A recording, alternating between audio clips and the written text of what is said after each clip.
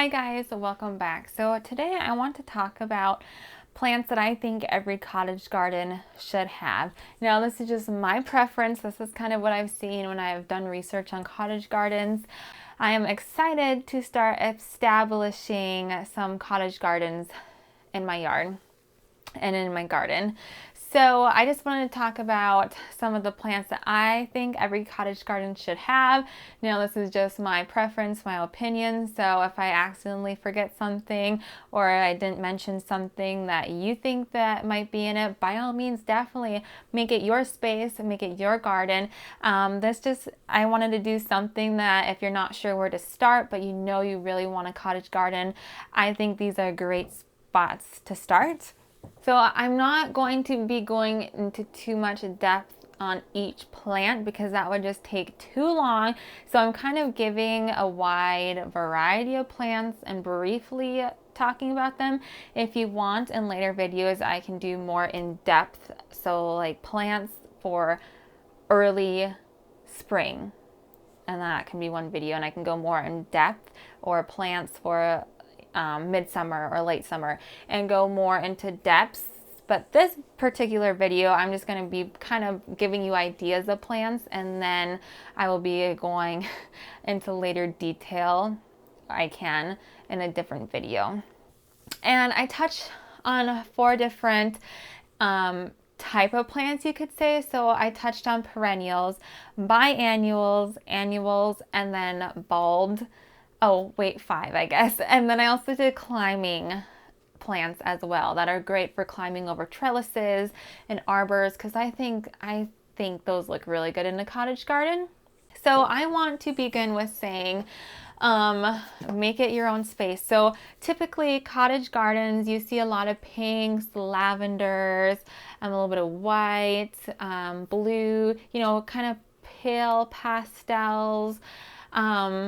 And that is also my preference as well. But if you want to make a cottage garden that is all orange, go for it. If you want to make a cottage garden that's all bright yellows and tropical colors, go for it. All of these plants that I am talking about today, you can find them in the typical cottage garden colors, but you can also find them in the bright, beautiful colors as well. Do what you want, create the space yours. I'm going to begin with the bulbs because that's normally start of the season is the spring bulbs. One thing that's not a bulb but would look beautiful are hellebores. I live in a zone 3. I haven't actually found any hellebores that work for my area, but if you are in an area that has hellebores for your zone, they are beautiful, absolutely beautiful, and I would think that they would look beautiful in a cottage garden. Okay, so starting on the bulbs, pretty much any of your spring bulbs, daffodils, tulips, your hyacinths, crocus, snowdrops, alliums, or alliums, however you say. I think the big globe alliums are a perfect cottage garden. That big purple head. You can get the smaller one as well, but I think the ones I'm thinking of are called Globe Masters. I think get some of those babies and put them in drifts. So don't just do like a big line of plants. You want to have like a few clumps here, a few clumps there, mix and match, make it all blend together. So those are some of the early spring bulbs that I think would look beautiful. Another bulb plant that I think looks gorgeous in cottage gardens are lilies. Pretty much any form of lily. You have your Asiatic lilies, your calla lilies, your daylilies, tiger lilies. Pretty much any form of lily I think will look beautiful. And what's great about those is they're kind of more on the late summer or late spring, early summer. So after your early spring of tulips and daffodils, snowdrops, then that's when your late spring, early summer. So that's when your lilies, gladiolus, irises. Irises are another beautiful one that I think look gorgeous in a cottage garden. And these are all things that you can find in a variety of colors. So if you want that main color scheme, you can pick things for that color scheme. If you want more yellows, you can pick all yellows. More pinks, purples, you can kind of get what you're looking for in any of these spring bulbs. Okay, moving on to perennials. Now, I've always thought, normally I've seen cottage gardens mainly in sunny spots, but I did make a list of perennials for shady spots as well. If you have a shady spot in your garden, but you still want it to be that cottage garden feel, I do have some plants that look great in shady locations, but I'm going to start with the sunny location spot. One that I think looks fabulous anywhere, not just in a cottage garden, is hydrangeas. And there are so many different sizes, shapes, colors of blooms. And then there's also hydrangeas for that sunny spot. And then there's some that do pretty good in shade as well. So keep that in mind if you have a shady spot. But I think hydrangeas with the big blooms, and there's something that lasts pretty much all season long. And as the hydrangeas start to age in the season, their blooms turn this beautiful antique color that just kind of makes the garden seem even more special, cottage garden feel. I love it. I love it when the hydrangeas go from like their fresh bloom into their older age antique bloom. Another thing that kind of goes along with the hydrangea are roses. I love that old English style rose. Unfortunately, I cannot grow those where I live. If I could, I would. I cannot find any of the old English style roses for zone 3. There's some zone 4, and I've grown zone 4s before, but they're just kind of iffy. So if you can find some old David Austin roses for your zone, by all means plant those babies up, because those just look beautiful in a cottage garden. Some other things that I think look beautiful in a cottage garden perennial wise are echinacea or coneflowers. And again, you can find those in a wide range of color. You got your pinks, your whites, your purples, your oranges, yellows. So definitely find a coneflower or echinacea that works for your color scheme of your cottage garden. And I think those are a must-have for a cottage garden. Another thing that's similar are your Shasta Daisies. Those are beautiful. They last and bloom for so long, so definitely get your hands on some Shasta Daisies. Rudbeckia I think is beautiful in a cottage garden, and that's great for kind of your end of summer, midsummer, end of summer heat wave that you always get. Rudbeckia loves that. One thing I cannot live without in my garden, not just cottage garden, but my garden in general, is phlox. I love phlox. They're another thing that looks great all season long, I think. Even in the chilly weather, that was the last thing that my frost took, was my phlox. It survived some light frost and it still looked gorgeous. So definitely get your hands on some phlox. Also some delphiniums. Love delphiniums. I cannot go without delphiniums in a cottage garden. You need them. Just the height that they give would be great for more so in the background. And again, they come in a wide range of colors as well. Another couple that I think, and this one the butterflies love, is bee balm. Get yourself some bee balm. One, it's beautiful. I love the smell of bee balm. It has almost kind of like that minty smell, but the butterflies love it. And in your cottage garden, what screams cottage garden more than butterflies and bees? And it's just great to attract your pollinators. So that was some of the sunny perennials that I love for cottage gardens. Now let's talk about some shady. Not as many, but one thing that I think is great for shady cottage garden looks is astilbes. Beautiful. They have kind of spiky flowers. They remind me a lot of celosia, actually, like a shade type of celosia. So get yourself some astilbe, come in lots of different colors. One thing that looks fabulous with the astilbe are hostas. Now, you normally don't see too many hostas in like a cottage garden environment, but I think they would be beautiful in adding in a cottage garden with your astilbes, and then also your coral bells or heuchera.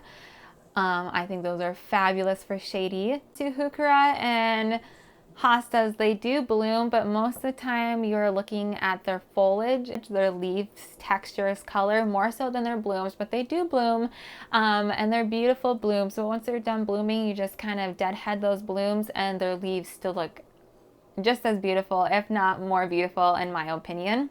Bleeding Hearts is another one that I think is absolutely gorgeous with all the other shady plants that I've mentioned, but also in that cottage garden because you have those little delicate hearts, looks like little bleeding hearts. I think they're just so sweet and so cute to have in a little cottage garden. And also Columbine. Now, Columbine is more so one that it likes shade, but it can also kind of get away with some part sun, at least in my particular location. Zone 3, we don't get real hot. So if you are in the more warmer climates, definitely kind of keep your Columbine more so in the shaded area. But where I live, it can get away with some sun exposure. So that's the plants that I had for the shady perennials. There are many more, but these are just the main ones that I think are great for a cottage garden. Moving on to biannuals, there's a few that I think every cottage garden needs. So biannuals, if you're not aware, they are ones that bloom every other year. So hollyhocks, I think, are gorgeous. All of these plants are gorgeous, but I love hollyhocks. They're tall, strong flowers, big blooms. Pollinators love them. I love them. There's so many different types of hollyhocks. There's double hollyhocks, there's single hollyhocks, lots of color. So you can find pretty much any color, any look that you're looking for with hollyhocks. And what's great about biannuals is they most of the time reseed themselves. So once you get them established, once you get them going, they'll just reseed themselves, they'll naturalize on their own, and they will always come up looking beautiful. Next one is foxglove. I planted a ton of foxglove this year, and I am so excited to get these in the ground because I think they are so beautiful. They have almost like bell-shaped blooms. I love it when bumblebees kind of crawl up inside of the bloom. They look so beautiful. Keep in mind they are poisonous. Well, several of these plants that I'm mentioning are poisonous. So keep that in mind. If you have young children running around, just let them know, can't eat this plant. Another biannual that I think is gorgeous is Sweet Williams. It gets these little beautiful flower heads on them. They're also known as dianthus. Again, you can find those in a wider range of color. And I think they are just a must for your garden. Okay, moving on to annuals. So as the perennials and biannuals that you planted are growing and becoming established, you kind of will have some gaps that I think you should fill in with annuals. And annuals are great because they literally look good all season long. They are one that you can count on to always give you color. If taken care of properly. So annuals do like some fertilizer, so I would just give them a shot of fertilizer once or twice a week just to keep their colors going and fed so they can perform up to their full potential. So just a few of them that I have are zinnias. Love zinnias. Snapdragons, cosmos. Now all of these that I just mentioned are great for cut flower gardens as well, but they also look fabulous in cottage garden settings. I love Sweet Alyssum for the edges and the border. They're just so soft, delicate little blooms. You can find those in several different colors, and I love the way they look in a cottage garden.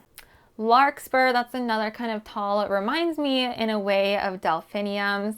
It kind of has that same flower look, but they are great in the early spring. They like the kind of more chilly weather. Nasturtiums, which nasturtiums are also edible, but they have this beautiful leaves and these beautiful little flowers. And I think they smell so incredible. You normally don't hear of like nasturtiums scents, like, the lilacs, the sweet peas. Those are like hit you. Everyone knows they smell great. I think nasturtiums smell incredible. Sweet peas is a good one. If you have a fence or a trellis that you need to hide something, sweet peas are great. And sunflowers. I think sunflowers look beautiful in a cottage setting. Okay, we're pretty much almost done, except I want to talk about climbing plants. Now, I think it looks so beautiful if you have a cottage garden, almost like a secret garden, where if you walk through an arbor to get to this beautiful cottage garden, you can have benches, swings, just a space where you can sit down and enjoy your cottage garden. But if you have a trellis or an arbor, fill it with something beautiful. So climbing roses, wisteria. I love wisteria. Or clematis. Those are all great options. Also, if you want to do something edible, throw up a grape. Grapes look so beautiful on arbors or trellis, and then they also provide something so later in the season when you're sitting on a bench and enjoying, just grab a little clump of grapes and look at the beautiful space that you created. So that is it. Like I said, I just buzzed through a bunch of plants. I didn't want to make it too long by going into too much depth about each plant. So thank you so much for joining me. Let me know which plant you are looking forward to the most in the description box below, and I will see you next time. Bye.